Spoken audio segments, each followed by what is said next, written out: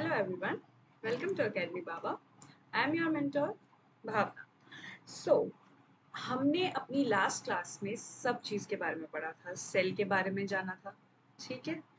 Nucleus के बारे में जाना था, ठीक है. हमने प्लाज्मा मेम्ब्रेन के बारे में जाना था, ठीक है. तो ये सारी चीज़ों के बारे में हम बात ऑलरेडी कर चुके थे, ठीक है. अब सेल है, उसके अंदर कोई ऑर्गेनेली भी होगी तो उस ऑर्गेनेलिस को पढ़ना है, ठीक है. न्यूक्लियस पढ़ लिया, प्लाज्मा मेम्ब्रेन पढ़ लिया. अब हम बात करेंगे हमारी मेन ऑर्गेनेली की, दैट इज माइटोकॉन्ड्रिया. किसके बारे में बात करेंगे हम बच्चा? माइटोकॉन्ड्रिया के बारे में.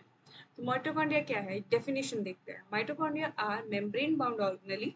मेम्ब्रेन बाउंड ऑर्गेनेली मतलब मेम्ब्रेन हो गया अराउंड में, found in cytoplasm of eukaryotic cell and often referred as the powerhouse of the cell. ये स्टार मार्क कर लो. Power house of the cell क्यों बोलते हैं इसको, वो भी हम देखेंगे.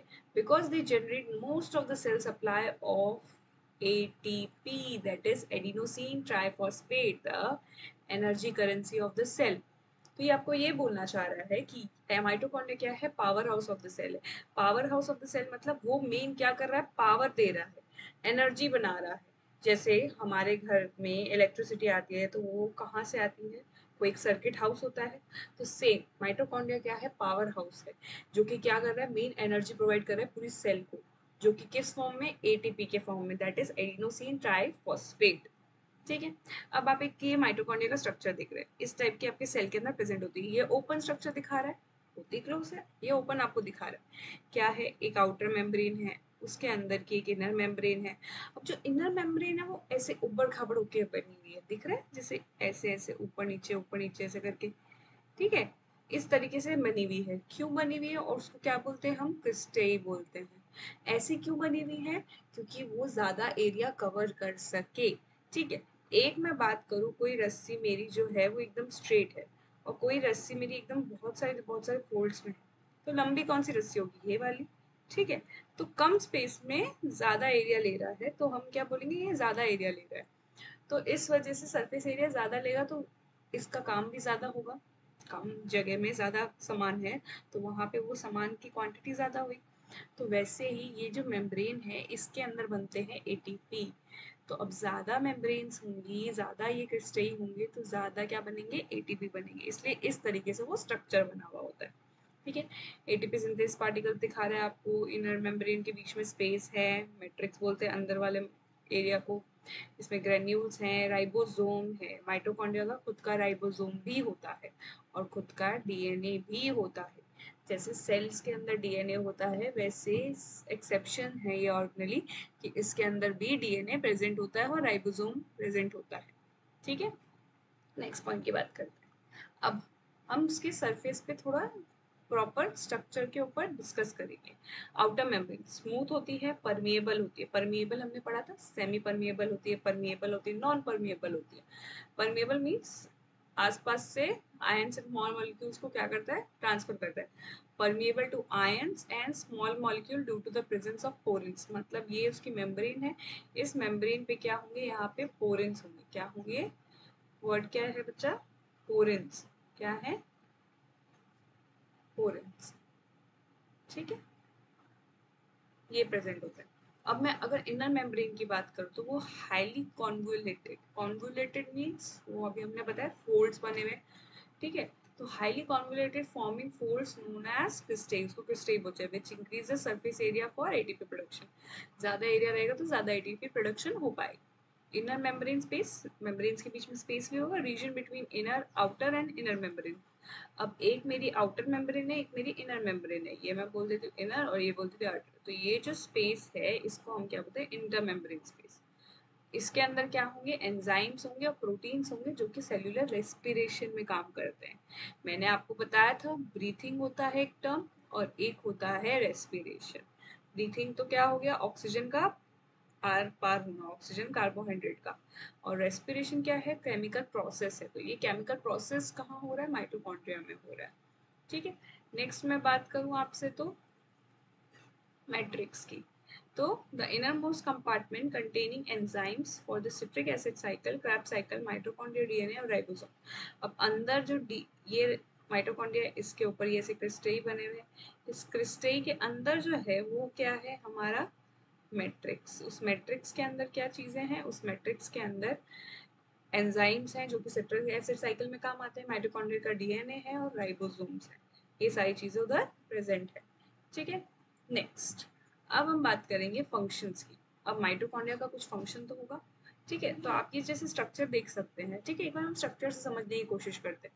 स्ट्रक्चर दिख रहा है, ऐसे क्रिस्टल बने हुए हैं, यहाँ पे एटीपी गेटेड चैनल है, ये अंदर मैट्रिक है, ये क्रिस्टल बोल रहा है, यहाँ पे टीसीए साइकिल चल रही है जो अभी सिट्रिक एसिड साइकिल पढ़ा।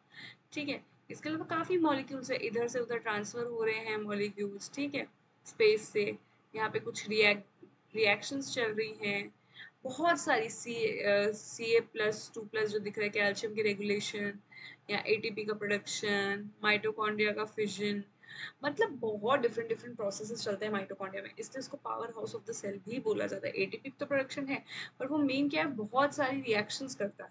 ठीक है, तो अब मैं बात करूँ फर्स्ट एटीपी प्रोडक्शन, उसका main function through oxidative phosphorylation and electron transport chain mitochondria produce ATP. ETC chain बोलते हैं। ठीक है, electron transport chain, ETC chain बोलते हैं। इसकी वजह से क्या होता है, लास्ट में हमारा फाइनल हमें क्या मिलता है, एटीपी। एटीपी प्रोड्यूस होता है। ठीक है, which is essential for cellular energy. ये एटीपी क्या करता है, हमें एनर्जी प्रोवाइड करता है। एडिनोसिन ट्राइफॉस्फेट, ये एनर्जी ब्रेक होगा, एडीपी बनेगा, adenosine diphosphate, ADP adenosine diphosphate, ये एएमपी भी बनेगा, एडिनोसिन मोनोफॉस्फेट। तो ये एटीपी क्या है, एक तरीके से करेंसी है। जैसे हमारे इंडिया में रुपीस चलता है, फॉरेन कंट्री में, यूरोप कंट्रीज में, यूरो में, यूके में पॉन्ड्स चलते हैं, कहीं पे डॉलर्स चलते हैं। तो सब जगह क्या है, करेंसी है। वैसे ही एनर्जी की ये करेंसी है एटीपी, जो चलती है हमारी बॉडी में एनर्जी प्रोवाइड करने के लिए। Next, calcium storage, regulate calcium ion concentration within the cell influencing various cellular activities। Calcium ion का रेगुलेशन करता है, मतलब ज़्यादा हो कम हो, कंसेंट्रेशन मेंटेन करता है एक सेल के अंदर में, जिसकी वजह से क्या होता है, बहुत सारी सेलुलर एक्टिविटीज होती है। आप लोग फर्दर पढ़ोगे, मसल्स के कॉन्ट्रैक्शन रिलैक्सेशन के टाइम सेलुलर एक्टिविटीज़ में कैल्शियम की जरूरत पड़ती है। तो अलग अलग डिफरेंट प्रोसेसेस में सेलुलर एक्टिविटीज़ में कैल्शियम की जरूरत पड़ती है। अपोप्टोसिस क्या होता है, initiate and regulate program cell that necessary for removing damage cell. Apoptosis एक प्रोसेस है जिसमें क्या होता है, सेल डेथ को हम बोलते हैं। ठीक है, तो कभी कोई सेल डैमेज और हो जाए तो यहाँ पे माइटोकॉन्ड्रिया में वो प्रोसेस क्या होता है, अपोप्टोसिस। सेल में से हम रिमूव कर देते हैं जो कि काम की सेल्स नहीं है, डैमेज सेल्स हैं, उसको हम रिमूव कर देते हैं। ठीक है, नेक्स्ट मैं बात करूँ तो हीट प्रोडक्शन। हीट प्रोडक्शन में क्या है, generate heat in certain cells, process known as thermogenesis. अब इधर इतनी सारी रिएक्शंस चल रही हैं तो हीट प्रोड्यूस होगी, तो वो हीट जो प्रोड्यूस हो रही है उस प्रोसेस को हमने क्या बोला, थर्मोजेनेसिस। जेनेसिस वर्ड मतलब जनरेट होना, कोई चीज़ बनना, तो जेनेसिस। और थर्मो मीन्स हीट के लिए हम थर्मो वर्ड यूज करते हैं। ठीक है, metabolic function play a role in several metabolic pathway, बहुत सारी मेटाबॉलिक पाथवे में फंक्शन करता है। जैसे सिट्रिक एसिड साइकिल बोला है आपको, यहाँ पे एग्जांपल दिया हुआ है। उसके अलावा मैं बताऊँ तो ग्लाइकोलाइसिस साइकिल जो चलती है, माइटोकॉन्ड्रिया में नहीं चलती, but it is also a what, metabolic pathway. ठीक है, टीसीए साइकिल जो आप पढ़ रहे हो ये, ठीक है, ईटीसी इलेक्ट्रॉन ट्रांसपोर्ट चेन ये भी है। ठीक है, तो ये सब बहुत सारे क्या है, मेटाबॉलिक पाथवेज है, प्रोसेसेस चल रहे हैं हमारी बॉडी में। ठीक है, तो वो यहाँ पे होते हैं माइटोकॉन्ड्रिया में। Signalling involve hormone, immune, intercellular signalling. यहाँ पे सिग्नलिंग भी होती है, हार्मोन्स भी इन्वॉल्व होते हैं, इम्यून, इंटरसेलुलर। मतलब आप पढ़ोगे कि बहुत तरीके से एक मैसेंजर काम करता है, तो वो मैसेंजर्स यहाँ पे प्रेजेंट होते हैं जो कि क्या करते हैं, हेल्प करते हैं सिग्नल को इधर से उधर पास करने में, इम्यून सिस्टम को बढ़ाने में, या फिर हार्मोन्स जो होते हैं वो भी कैसे करते हैं। आप लोग ने अगर सुना हो तो ब्रेन से कुछ कोई हार्मोन रिलीज होता है जो आपके अदर बॉडी पार्ट्स में जाता है, तो ये पूरे प्रोसेसेस चलते हैं अलग अलग। ठीक है, तो हम एक एक चीज़ों को बाद में पढ़ेंगे इन डिटेल, ये सारे पे चैप्टर्स बने हुए हैं। हार्मोन से रिलेटेड एक पूरा चैप्टर है, एंडोक्राइन सिस्टम। अगर मैं बात करूँ इम्यून सिस्टम से रिलेटेड पूरा एक टॉपिक है इम्यून सिस्टम। तो हर चीज़ का एक टॉपिक है बायोलॉजी में इन डिटेल। जो बहुत इंटरेस्टेड है बायोलॉजी पढ़ने में तो we will study everything. Okay, so last unique feature क्या है माइटोकॉन्ड्रिया का, तो एज आई सेड क्या है, माइटोकॉन्ड्रियल डीएनए। हर ऑर्गेनेली के पास नहीं होता, बट इसके पास उसका डीएनए है। Mitochondria contain their own DNA which is inherited maternally and encode some of the protein needed for mitochondrial function. Maternally means क्या, हमें हमारी मदर से मिलता है, इनहेरिटेड होता है। माइटोकॉन्ड्रियल डीएनए मतलब जो मदर से माइटोकॉन्ड्रिया आ रहा है उसके थ्रू आ रहा है, ठीक है, जो कि क्या करता है, माइटोकॉन्ड्रियल फंक्शन और करने में हेल्प करता है। इन कोड्स, ठीक है।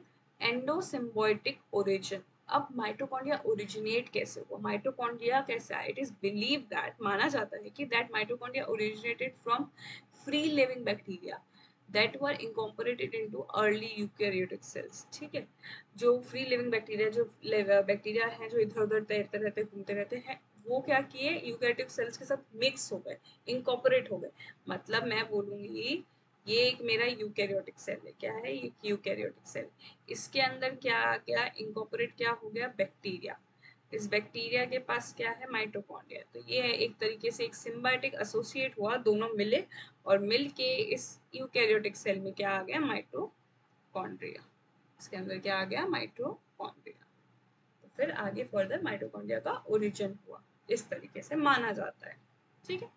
Everything in science there is different studies happening, अलग अलग रिसर्चेज हो रही हैं, लोग पता कर रहे हैं क्यों, क्या रीजंस जानना चाह रहे हैं, ये सारी चीज़ें हो रही हैं। जिनको रिसर्च में इंटरेस्ट है, जिनको पता करना है ऐसा क्यों होता है, they should show interest, because आजकल गवर्नमेंट रिसर्च पे बहुत फोकस कर रही है। हमें अपनी इंडिया को अच्छा करना है तो हमें रिसर्च पे और ज़्यादा फोकस करना चाहिए, ठीक है। डॉक्टर बनना is good, I know biology लेते ही लोग डॉक्टर्स का रहता है, बट उसके अलावा भी काफ़ी फील्ड्स है बायोलॉजी में, ठीक है। उसके लिए अपन अभी कभी करियर की क्लासेस भी रखेंगे, इफ़ यू ऑल वांट।